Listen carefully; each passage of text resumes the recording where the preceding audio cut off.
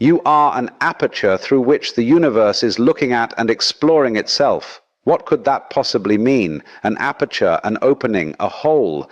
We spend our lives terrified of being this, a nothing, a nobody. We build a name, a career, a solid thing. We fill our lives with noise, desperately trying to prove that we exist. But what if the very thing we're running from, this idea of being empty, is not a curse, but the source of our greatest freedom? What if the aim of the wise man is not to become a great, impressive something, but to become a perfect, luminous nothing?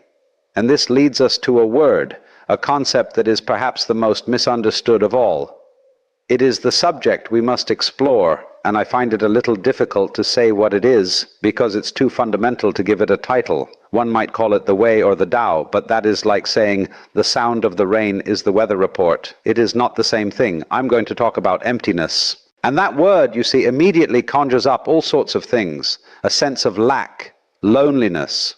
We are a culture obsessed with filling things up. Our schedules, our minds, our homes, crammed to the brim with things to do, things to know, things to possess. We believe that more is better, that a full life is a busy life, that a full mind is a smart mind.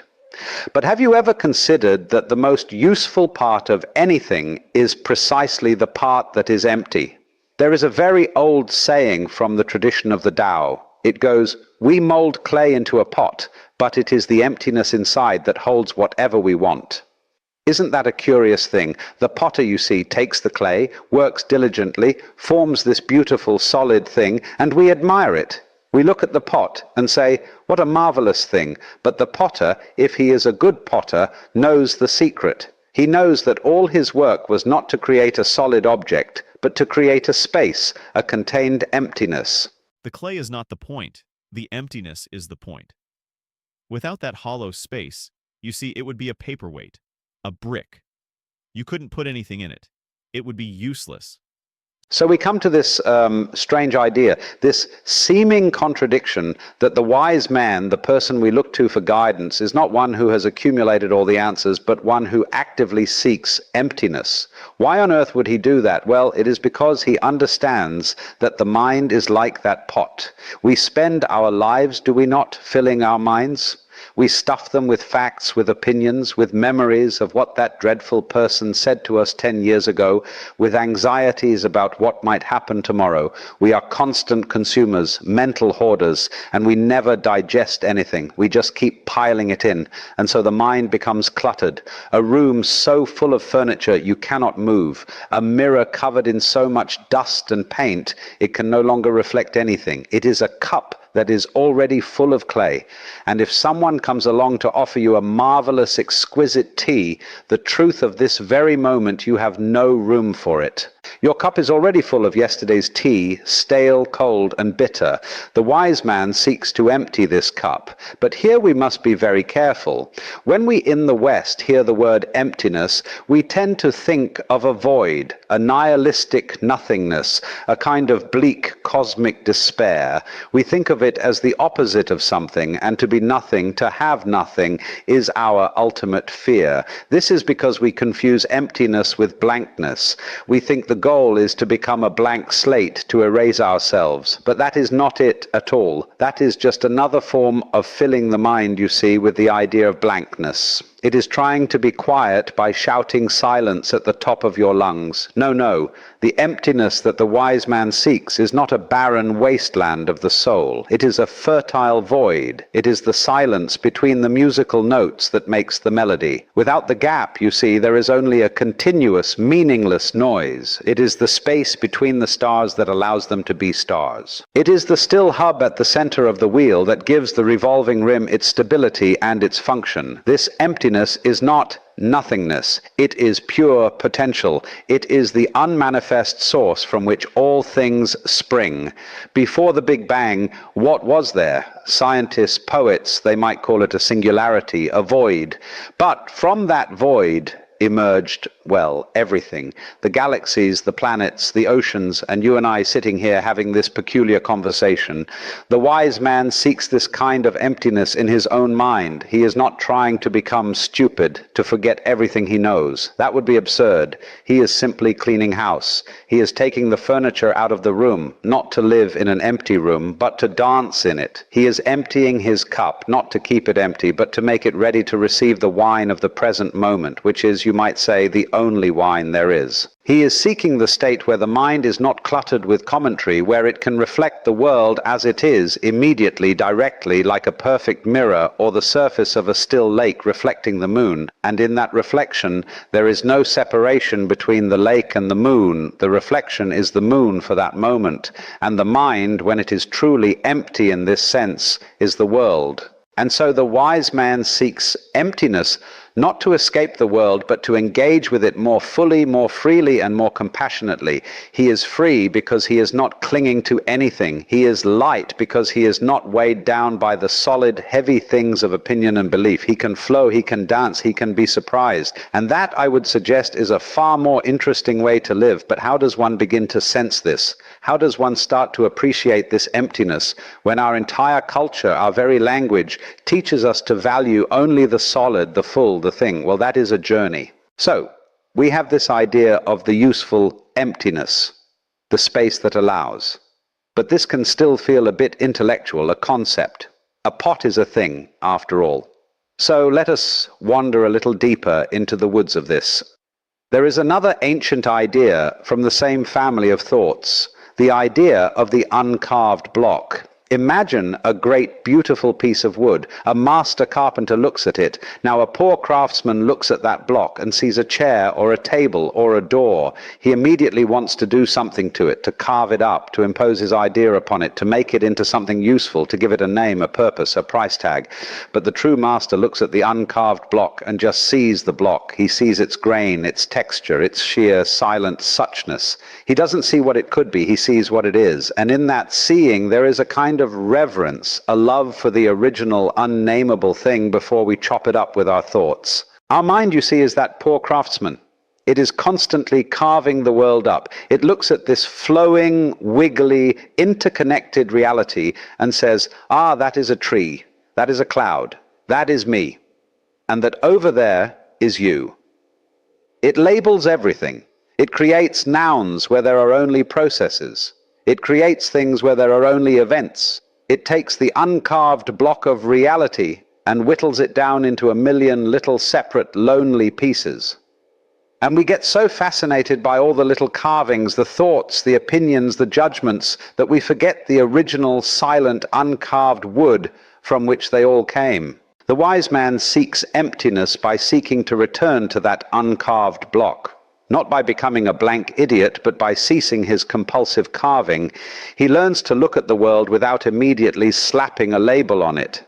He lets the world be what it is in its pristine, mysterious, unnameable state. And this is where another beautiful metaphor arises. The mind is a mirror. A mirror doesn't do anything. You see, it doesn't store up images. It doesn't say, oh, what a lovely face, I shall keep that one. Or, good heavens, what an ugly sight, I must reject it. It receives everything equally, light, dark, beautiful, ugly. It takes them all in with perfect, impartial hospitality, and the instant the object is gone, the mirror is empty again, clear, ready for the next reflection. It doesn't cling, it doesn't regret, it doesn't hope.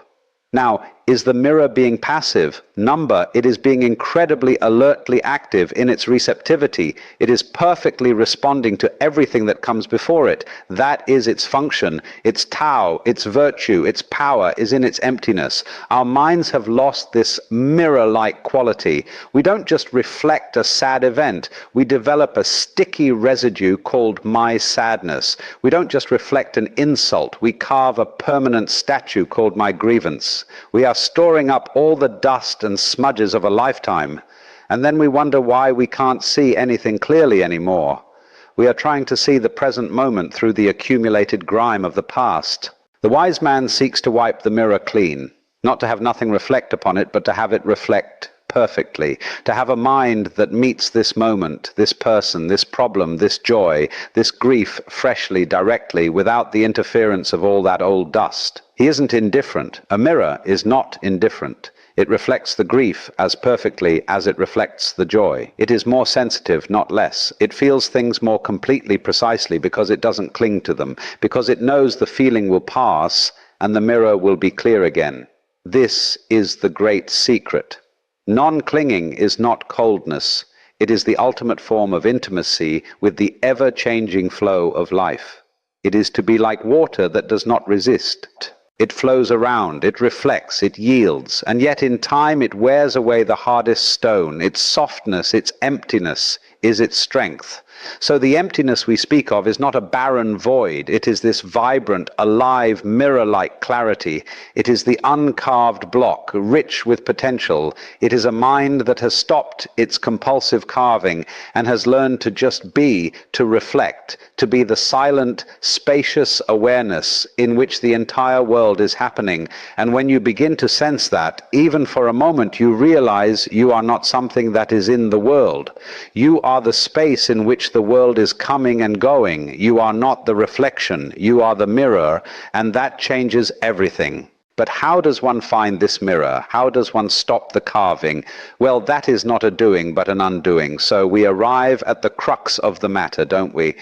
We have this lovely image of the uncarved block, of the clear mirror. It sounds so peaceful, but then we look inward, and what do we find?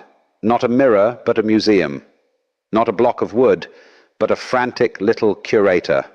A shabby little museum with a very exclusive collection called me, myself, and I. This is the great hypnotism. You see, we have been put to sleep by the noun language. We have learned to define ourselves as a thing, a solid, separate, continuous thing inside a bag of skin, the center of the universe. A subject staring out at a world of alien objects, thinking, how on earth do this thing, get that thing to behave? But what is this you that you are so concerned about? Let's examine it. Let's pull at the thread. You say, I am John, or I am Jane, but that is a label given to you at birth. It is a useful noise, a social convenience, like saying that waterfall or this tree. But is that you? You say, I am a doctor, or a teacher, or a mother. But these are roles you play, costumes you wear. They are what you do. They are not what you are at the fundamental level. If you lost that job, that title, would you cease to exist? You say, I am my thoughts. But can you not also watch your thoughts? You can say, I am angry. But there is also a part of you that can notice our anger is arising. So who is the I that is watching the anger? Is anger watching itself? That doesn't make sense. You are not your thoughts. You are the awareness in which thoughts come and go, like weather patterns in the sky. You are not a static noun. You are a verb. You are a happening, a process, a field of activity. Think of a whirlpool in a river. It has a recognizable, stable form. You could give it a name. Old Whirly. You might say, he's been there for years. But is it a thing? Can you take it out of the river and put it in a bucket? Number. The whirlpool is something the river is doing. It is a pattern of flowing water. At no point is it separate from the river. The water in it is constantly changing, yet the form persists. You are exactly like that. You are a whirlpool of air, food, light, sound, and information. You are a nexus where the whole universe is expressed in this particular flowing form. Your skin is not a barrier. It is a delicate membrane through which the entire cosmos is flowing. You are the universe personing. You are the earth humaning. The wise man seeks emptiness by seeing through this illusion of the separate solid self. He isn't trying to annihilate himself. That would be just another ego trip, striving to become the best self-annihilator. No, he simply ceases to believe the thought that he is this isolated thing. And how does he do this? Not by adding a new theory, but by a gentle, patient undoing. It is not a doing, but a not doing. It is the practice of unselfing. It happens when you are so completely absorbed in something that you forget yourself. The dancer disappears into the dance. The singer becomes the song. The potter becomes one with the clay. The gardener becomes the garden.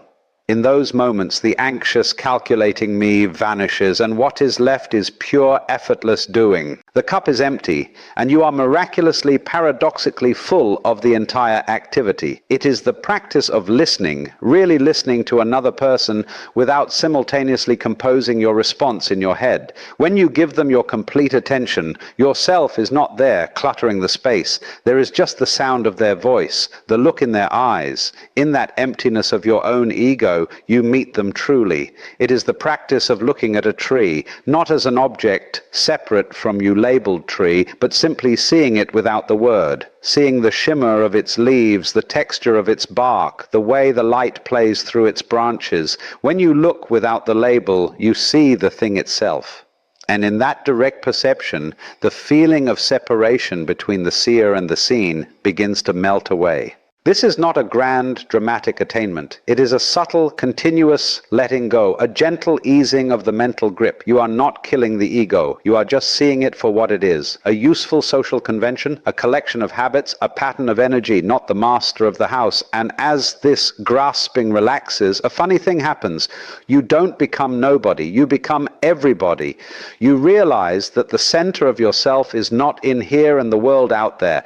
The center is everywhere. You are the whole river, not just the whirlpool. And in that realization, the deepest loneliness vanishes. You are not a lonely little thing confronting a vast alien universe. You are the universe, and it is playing at being you. And from that place, action arises that is not forced, not calculated, not anxious. It is spontaneous, appropriate, and compassionate. It is the river flowing.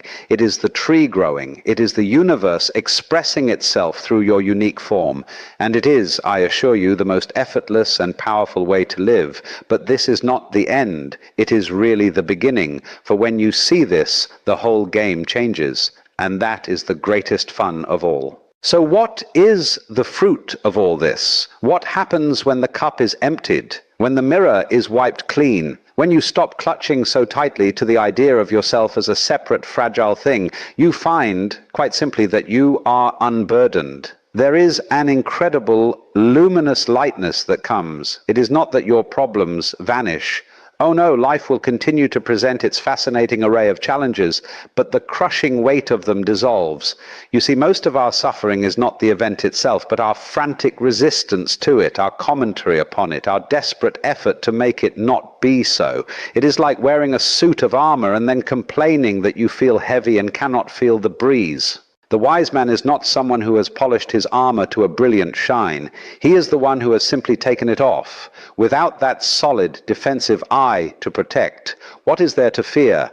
Failure becomes merely feedback. Criticism becomes simply another sound in the symphony, even death. Well, death ceases to be a terrifying full stop at the end of a sentence and begins to look more like the necessary silence between two musical phrases. How can you have a melody without the rests? This is not a cold detachment. It is the most profound engagement. When you are no longer preoccupied with managing your own self-image, you have all the attention in the world available for everything else. You can listen more deeply. You can see more clearly. You can love more openly. Because love, after all, is the opposite of drawing a boundary. Love is the expansion of the sense of self to include another. And when your sense of self is already the whole cosmos, love is simply the way you relate to every part of it.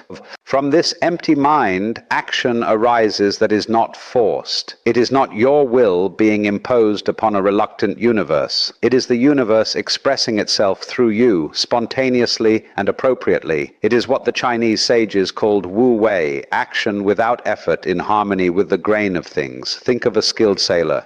He does not fight the wind. He does not shout at the waves.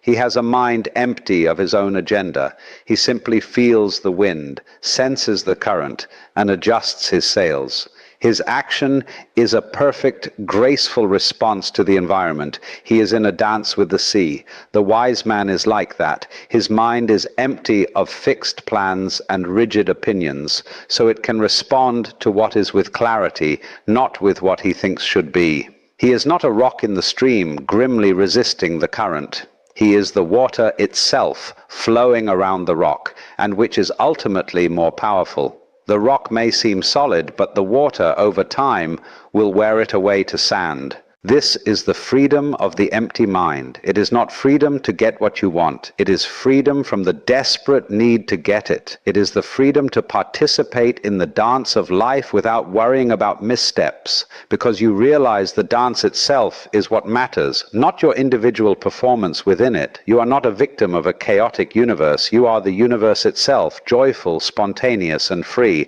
And when you live from that place, you are no longer living your life. Life is living you. And it is a much better driver than you ever were. You are finally at home. Not in a house, not in a country, but in the entire cosmos. And that, I would suggest, is the only security that is not an illusion. And so, you see, we find ourselves back where we began. But perhaps the view is a little different. The wise man seeks emptiness not because he is lacking, but because he intuits the profound fullness that emptiness contains. He is not running from the world, but into its very heart. He understands that to be truly solid, one must be utterly empty. To be truly full, one must be completely open. There is a famous Zen koan. What is the sound of one hand clapping? It is not a riddle to be solved with logic.